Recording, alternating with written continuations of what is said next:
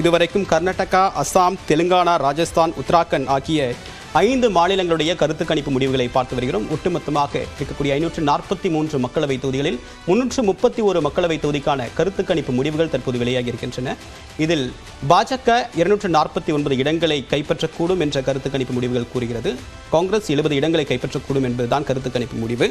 அடுத்ததாக ஒடிசாவுடைய முடிவு தற்போது வெளியாகிறது. ஒடிசா ரொம்ப ஒரு இன்ட்ரெஸ்டிங்கான ஒரு ஸ்டேட். நீண்ட காலம் ஆட்சி செய்யக்கூடிய ஒரு முதலமைச்சர் அங்கே இருக்காரு. இந்த முறை மக்களவை தேர்தலோடு சேர்த்து சட்டமன்றத்திற்கும் அங்கே தேர்தல் நடத்துது அப்படின்றது ரொம்ப முக்கியமான விஷயம். ஸோ தமிழ்நாடோட ஒரு கனெக்டும் இருக்கு. வி.கே. பாண்டியன் அரசியல் வாரிசாக, நவீன் பட்நாயக்குடைய அரசியல் வாரிசாக தேர்ந்தெடுக்கப்படலாம் அப்படின்ற தகவலும் இருக்கு. அதை நோக்கி தான் அவருடைய எலிவேஷனும் இருக்கு. முக்கியமான ஒரு கேபினெட் அவருக்கு ஒதுக்கப்பட்டிருக்கு, வெவ்வேறு இடங்களில் முக்கியத்துவம் கொடுக்கப்பட்டிருக்கு அப்படின்னு பார்க்கும்போது தமிழ்நாட்டுக்கு ஒடிசாவுக்கு இருக்கக்கூடிய கனெக்டாக அதை நம்ம பார்க்கலாம். ஸோ ஒரு இன்விசிபிள் லீடர், ஒரு மாநில கட்சியாக இருந்தாலும் கூட நேரடியாக ஒரு தேசிய கட்சியை பாஜகவை பகைத்துக் கொள்ளாத ஒரு முதலமைச்சர் அப்படின்னா ஒரு இன்விசிபிள் லீடர் அப்படின்னு கூட சொல்ல முடியும். அதோடைய கருத்துக்கணி முடிவில் தான் பார்த்துட்டு இருக்கோம். ஸோ அங்கே இருக்கக்கூடிய 21 தொகுதிகளுக்கான முடிவுகளை தான் தற்போது பார்க்குறோம். அதில் பிஜு ஜனதாதள் நவீன் பட்நாயக்குடைய 8 இடங்கள் கைப்பற்றுவதற்கான வாய்ப்பு இருக்கு. பட் இந்த முறை அந்த இடத்துல பிஜேபி தங்களுடைய கணக்கை அடுத்த கட்டத்துக்கு கொண்டு போறாங்க. 13 இடங்களை கைப்பற்றுவதற்கான வாய்ப்பு இருக்கு அப்படின்னு சொல்லப்பட்டிருக்கு. 2019 தேர்தலை பொறுத்த வரைக்கும் பிஜு ஜனதாதளம் 12 இடங்களை கைப்பற்றினாங்க. அதனுடைய வாக்கு வங்கி 42%. பிஜேபி அப்போ 8 இடங்களை கைப்பற்றினாங்க, 38% ஓட் ஷேர். அப்போவே ஆளும் கட்சிக்கும் அவங்களுக்கும் இருக்கக்கூடிய ஓட் ஷேர் டிஃபரன்ஸ் அப்படின்னு பார்க்கும்போது 4% தான் இருந்தது. காங்கிரஸ் 1 இடங்களை கைப்பற்றினாங்க. 2014 அவங்க கிளீன் ஸ்வீப் பண்ணியிருக்காங்க பிஜு ஜனதாதளம். பிஜேபியை பொறுத்த வரைக்கும் 1 இடங்கள் தான். இப்போ அவங்களுடைய எண்ணிக்கை தொடர்ந்து அதிகரிச்சுட்டு இருக்கு. ஸோ இன்விசிபிள் லீடராக இருந்தாலும் கூட பிஜேபியுடைய வளர்ச்சி அப்படின்னு தடுக்க முடியல அப்படின்னு கவனிக்க வேண்டிய விஷயம். திரு நவநீத், உங்கள்கிட்ட வரதுக்கு முன்னாடி திரு ஆர்கே கிட்ட முதற்கட்ட கருத்து கேட்டேன், உங்களுடைய பார்வை. இல்லை, இன்னைக்கு காலையில் ஒரு பெரிய ஜோக் நடந்தது. மன்மோகன் சமல் என்ற பாஜகவினுடைய ஒரிசா மாநில தலைவர் டெல்லிக்கு போயிட்டு திரும்பி வந்து இங்கே ஏர்போர்ட்டில், புவனேஸ்வர் ஏர்போர்ட்டில் இறங்கி ஒரு பேட்டி கொடுக்குறாரு. அதில் எப்படின்னு கேட்டிங்கன்னா, நாங்கள் தனித்து நிற்க போகிறோம், எங்களுக்கும் பிஜேடிக்கும் தொடர்பே கிடையாது அப்படின்னு பேசுகிறாரு. 2 மணி நேரத்துக்கு அப்புறம் என்ன சொல்கிறான்னு பார்த்தீங்கன்னா, இல்லை நாங்களும் பிஜேடி வந்து தனியாக நிற்கல, நாங்கள் எல்லோரும் ஒன்றா தான் நிற்கிறோம், நான் முன்னாடி சொன்ன கருத்தை வந்து நீங்கள் பெருசாக வந்து எடுத்துக்கொள்ளக்கூடாது என்ற ஒரு கருத்தை வெளியிடுகிறார். அப்போ இதுலேயே முரண் இருக்குது. பாஜகக்குள்ளாலேயே ஒரு பெரிய ஒரு குமரல் இருக்குது. பிஜேடி கூட ஒரு அலையன்ஸ் வச்சு போகிறதுல வந்து பெரிய குமரல் இருக்குது. ஆனால் இப்போ என்ன ஆச்சுன்னு பார்த்தீங்கன்னா, பிஜேடியும் பிஜேபியும் ஒன்றாக இந்த வருகின்ற தருணத்தில் வந்து ஆப்போசிஷனுக்கு இருக்கின்ற அந்த ஸ்பேஸ் வந்து பெருசாக ஓப்பன் அப் ஆகுது. அந்த ஆப்போசிஷன் ஸ்பேஸை நிச்சயமாக காங்கிரஸ் கார்னர் பண்ணும் என்று தான் நான் கருதுகிறேன். அதை தாண்டி இப்போ 1998 2009 வரையான 3 லோக்சபா தேர்தல், அதே மாதிரி 2 அசம்பிளி தேர்தல் வந்து இவர்கள் 2 பேரும் வந்து அலையன்ஸில் தான் இருந்தாங்க. அதாவது ஒரே சைடில் இருந்தாங்கன்னு வைத்துக்கொள்ளலாம். அப்படி ஏன்னா பிஜேபி அந்த டைமில் வந்து வெரி ஸ்மால் பார்ட்னராக தான் இருந்தாங்க. 2008 கந்தமால் ரைட்ஸுக்கு பிறகு என்ன ஆகுதுன்னு பார்த்தீங்கன்னா, 2009 லோக்சபா தேர்தலுக்கு சில நாட்கள் முன்னாடி தான் பிஜேபியை கழட்டி விடுறது. அதனால தான் அதன் பிறகு தான் பிஜேபி முடிவெடுக்கிறது, நாம் வந்து நிச்சயமாக பிஜேடியை நம்ப முடியாது அப்படின்னு சொல்லிட்டு அது தன்னுடைய பார்ட்டி ஸ்ட்ரக்சரை வந்து அங்கே வளர்க்க ஆரம்பிக்கிறது. அப்போது மறுபடியும் அதே இடத்துக்கு தான் அவங்க போகிறாங்க. அப்போ சீனியர் லீடர்ஸ்க்கு, பிஜேடியில் இருக்கிற சீனியர் லீடர்ஸ்க்கு மத்தியில் கொந்தளிப்பு இருக்குது. இப்போ நம்மளுடைய மனோகர் சம்மேளனுடைய இந்த பேச்சு மூலமாக நமக்கு என்ன தெரியுதுன்னு பார்த்தீங்கன்னா, பிஜேபியிலையும் அந்த குமரல் இருக்குன்னு பார்க்குறோம். அப்போ இந்த அலையன்ஸ் எப்படி ஒர்க் அவுட் ஆகும் எனக்கு தெரியவில்லை.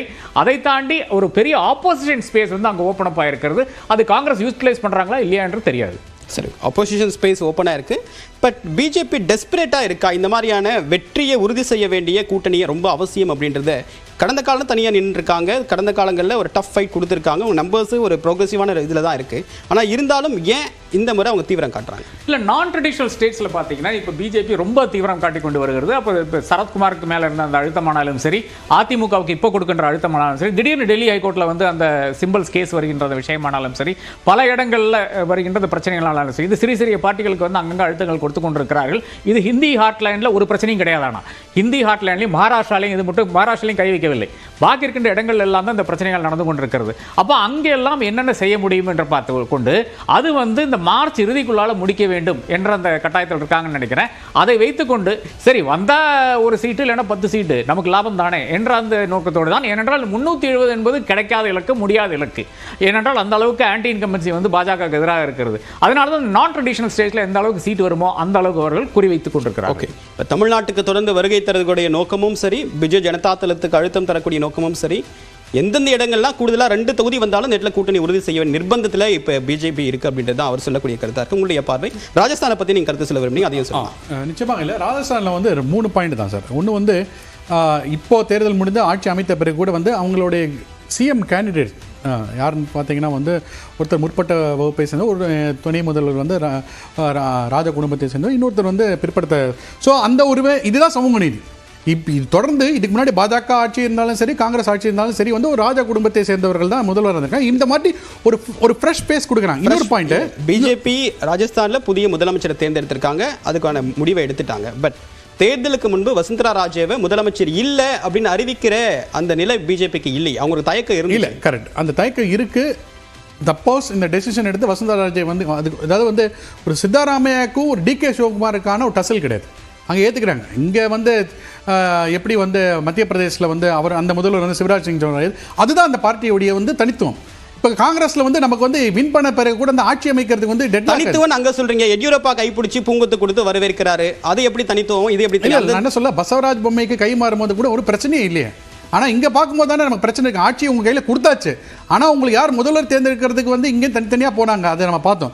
இன்னொரு முக்கியமான விஷயம் வந்து இந்த 2023 ராஜஸ்தானுடைய இந்த மாநில தேர்தலில் வந்து பொதுவாக வந்து பிஜேபினா வந்து கொஞ்சம் வந்து என்ன சொல்ல அப்பர் காஸ்ட் பார்ட்டி அப்படின்னு சொல்லும்போது வந்து அதில் வந்து கிட்டத்தட்ட 34 எஸ்சி தொகுதியில் வந்து 22 தொகுதியை வந்து பாஜக வின் பண்ணுறாங்க. அதே மாதிரி 25 எஸ்டி தொகுதியில் வந்து ரிசர்வ் தொகுதியில் வந்து கிட்டத்தட்ட 12 இடத்துல வந்து பாஜக வின் பண்ணுறாங்க. ஸோ அது ரிசர்வ்டு கான்ஸ்டிடியூஷன் எஸ்சி கேண்டிடேட் தான் அனௌன்ஸ் பண்ணீங்க. எஸ்சி கேண்டிடேட் பொது தொகுதியில எவ்வளவு அனௌன்ஸ் பண்ணிருக்கீங்க? அப்ப கூட என்ன சொல்றேன், பாஜகவுக்கு வந்து எப்படிலாம் மக்கள் வந்து எல்லா பக்கத்துலயும் வருகிறதுன்றது தான் நான் சொல்ல வரேன் உங்களுக்கு. சரி, எவ்வளவு இஸ்லாமிய வேட்பாளர்களை அறிவிச்சிருக்காங்க சார்? நான் அதுக்குள்ள நான் வரல. நான் என்ன சொல்ல வரேன், ஏன் வர மாட்டேங்குது? எஸ்சி கான்ஸ்டிட்யூன்சி எஸ்சி கேண்டிடேட் தான் அனௌன்ஸ் பண்ண முடியும். வாய்ப்பு இல்லாதனால அப்படி இல்ல, அது அந்த கட்சியோட நிலைப்பாடு. ஆனா அதை ஏத்து மக்கள் போடுறாங்கன்றத நான் பார்க்க முடியாது. அந்த கட்சியை அறிவிக்கல, இதுவும் கட்சியோட நிலைப்பாடு தானே. இதுவும் கட்சியோட நிலைப்பாடு. பட் என்ன சொல்றேன், அந்த கேண்டிடேட் அங்க இருக்கக்கூடிய மக்கள் அவங்க தேர்ந்தெடுக்கிறாங்கல்ல, அதுதான் நான் சொல்ல வரேன். இன்னொரு இப்ப நீங்க ஒடிசாக்கு வந்தப்போ முக்கியமான 2 ரீசன். இப்ப சார் சொன்னாரு ஒரு பெரிய ஒரு பொலிட்டிக்கல் ஸ்பேஸ் ஓபன் ஆயிருக்குன்ற போறதுக்கு முன்னாடி இன்னைக்கு வந்து நவீன் பட்நாயக்கு பிறகு வந்து திரு பாண்டியன் அப்படின்ற போது அங்க ஒரு வாரிசு அரசியல் கிடையாது, ஒரு வேக்யூம் வந்து விட்டது. ஸோ அப்போ வந்து பாண்டியன் அவர்கள் வந்து தொடர்ந்து ஒரு தலைமைச் செயலாளராக இருந்து வேக்யூம்னு சொல்ல எப்படி சொல்ல முடியும்? அங்க ஒருத்தர் மண்ணின் மைந்தரா இருக்கணும்னு அவசியம் கிடையாது, என்னுடைய கொள்கையை ஃபாலோ பண்ற ஒருத்தர் நாங்க தேர்ந்தெடுக்கிறோம், அவ்வளவு லிபரலா இருக்காரு. அதான் சொல்ல வந்தேன், அதான் நான் முடிக்கிறேன். தலைமை செயலராக இருந்து அவர் கூடயே ட்ராவல் பண்ணி அவருடைய இன்சார்ஜ் ஸ்பெஷல் இனிஷியேட்டிவ் ப்ரோக்ராம் எல்லாமே இப்போ அந்த பூரி ஜெகநாதர் கோயிலோட கட்டமைப்பு எல்லாம் மாற்றினது. ஸோ அப்படி இருக்கிறச்சே வந்து அவர் இப்போ அடுத்ததாக வரும்போது வந்து அவர் சுமூகமாக மத்தியில் எந்த கட்சி வருகிறதோ ஒரு சுமூகமான நிலைப்பாடு எடுக்க வேண்டும்ன்ற இருக்கிறத ஒரு கோணத்தில் தான் அவங்க வந்து சாஃப்ட் இது பண்ணுறாங்க. இப்போ பிஜேபி வளர வேண்டும் அப்படின்ற ஒரு எண்ணம் இருக்கிறதுனா பாஜகவுக்கு அவங்க என்ன பண்ணுறாங்க, இப்போ வந்து ஜேடிஎஸோட எப்படி கர்நாடகாவில் வைக்கிறாங்களோ அந்த மாதிரி பிஜேடியோட வைக்கிறாங்க. வேற ஒன்றுமே கிடையாது. It is about political. இப்போ இந்த சைடில் சார் சொல்ல மாதிரி இந்த இணைப்புனால வந்து ஒரு கட்டாயம் நிர்பந்தம். அங்கே எந்த மினிஸ்டர் மேலேயும் கேஸ் கிடையாது, அங்கே எந்த மினிஸ்டர் மேலே இவங்க சொல்லக்கூடிய பொதுவாக வந்து ஏவல் துறை கிடையாது, இடி போகணும்னு அவசியம் இல்லையா, அது அங்கே ஒன்றும் கிடையாது இல்லை, நீங்கள் வந்து கட்டாயப்படுத்தி தான் நீங்கள் வந்து கொடுக்கணுன்றது கிடையாது. அவரு நீங்கள் சொல்ல மாதிரி போகணும்னு நினைச்சா போகலாம். இல்லை, இஸ் இன்விசிபிள் லீடர். அவருமே அங்க இருக்கக்கூடிய நினைச்சா பண்ணலாம். நான் என்ன சொல்றேன், அங்க இருக்கக்கூடிய காங்கிரஸ் கட்சி யார் மேலேயும் ஊழல் சொல்லல. நான் பிஜேபி விட்டுருங்க சார், எப்போல இருந்தே அவங்க கூடயே இருக்கான்னு கூட வைங்க. காங்கிரஸ் கட்சியை சேர்ந்தவங்க யாருமே ஊழல் பண்ணிருக்காங்க. இதுல இன்னொரு ஃபேக்டர் இருக்கு. நம்ம ஓட் ஷேரை பத்தி பார்த்து வந்துடலாம். இப்ப ஒடிசாவுடைய சிமிலாரிட்டி வந்து மகாராஷ்டிராக்கும் பொருந்தும். எப்படி ரொம்ப ஃப்ரெண்ட்லி பார்ட்டியா இப்ப பிஜு ஜனதா தளம் பாஜகவும் இருக்கும், அந்த மாதிரி மகாராஷ்டிரா கடந்த காலங்களில் சிவசேனாவும் பாஜகவும் இருந்திருக்கு. பட் இப்ப நிலைமை என்ன அப்படின்னு பார்க்க வேண்டியிருக்கு. பட் 2019 ஒடிசாவுடைய ஓட் ஷேர் என்ன அப்படின்னு தொடர்பாக நம்ம சிறப்பு செய்தி சிவரஞ்சனி நினைக்கிறார். சிவரஞ்சனி நீங்க தொடரலாம். தேவப்பிரியன், ஒடிஷாவை பொறுத்த வரைக்கும் இந்த ட்ரெண்டை நம்ம ஃபாலோ பண்ணோம் அப்படின்னா 2014 தேர்தலில் இருந்து பார்க்கறது சரியாக இருக்கும். ஒடிஷாவை பொறுத்த வரைக்கும் பிஜு ஜனதா தள் கட்சி தான் இங்கே டாமினண்டான கட்சியாக இருக்கு. 2014 தேர்தலில் அவங்க 20 தொகுதிகளில் வெற்றி பெற்றிருக்காங்க, பிஜேபி ஒரு தொகுதியில் வெற்றி பெற்றிருக்காங்க. காங்கிரஸ் இந்தியா கூட்டணியை பொறுத்த வரைக்கும் எந்த தொகுதியிலையும் வெற்றி பெறலை. இங்கே ஓட் ஷேரையும் நாம பார்க்கலாம். 44.11%, பிஜேபிக்கு 21.55, அதே மாதிரி இந்தியா கூட்டணி 27.27. அதுவே 2019 நம்ம பார்க்கிறோம், பிஜு ஜனதா தள் கட்சியோட தொகுதிகள் எண்ணிக்கை அப்படின்றது குறைஞ்சிருக்கு, ஓட் ஷேரும் குறைஞ்சிருக்கு. அதே மாதிரி பிஜேபி அவங்களோட வெற்றி பெற்ற தொகுதிகள் எண்ணிக்கை 8 அதிகரிச்சிருக்கு, ஓட் ஷேரும் அதிகரிச்சிருக்கு. காங்கிரஸ் கூட்டணி இந்தியா கூட்டணி வந்து ஒரு தொகுதியில வெற்றி பெற்றிருக்காங்க. இப்போ நமக்கு வந்த இந்த ஒப்பீனியன் போல ஒப்பிட்டு பார்த்தோம் அப்படின்னா பிஜேபியோட நோக்கம் அப்படின்றது இந்த 2024 தேர்தலில் டபுள் டிஜிட்ல அங்க வெற்றி பெறணும் அப்படின்றது தான். அதை ரெஃப்ளெக்ட் பண்ற மாதிரி தான் நம்ம ஒப்பீனியன் போலோட ரிசல்ட்ஸும் இருக்கு அப்படின்னு குறிப்பிடலாம். அதே மாதிரி பிஜு ஜனதா தள் கட்சியோட தொகுதிகள் எண்ணிக்கை அப்படின்றது 8 குறைஞ்சிருக்கு. அந்த தொகுதிகள் பிஜேபிக்கு போகுதா அப்படின்ற ஒரு கேள்வி இங்க எழும். தேவப்பிரியன்.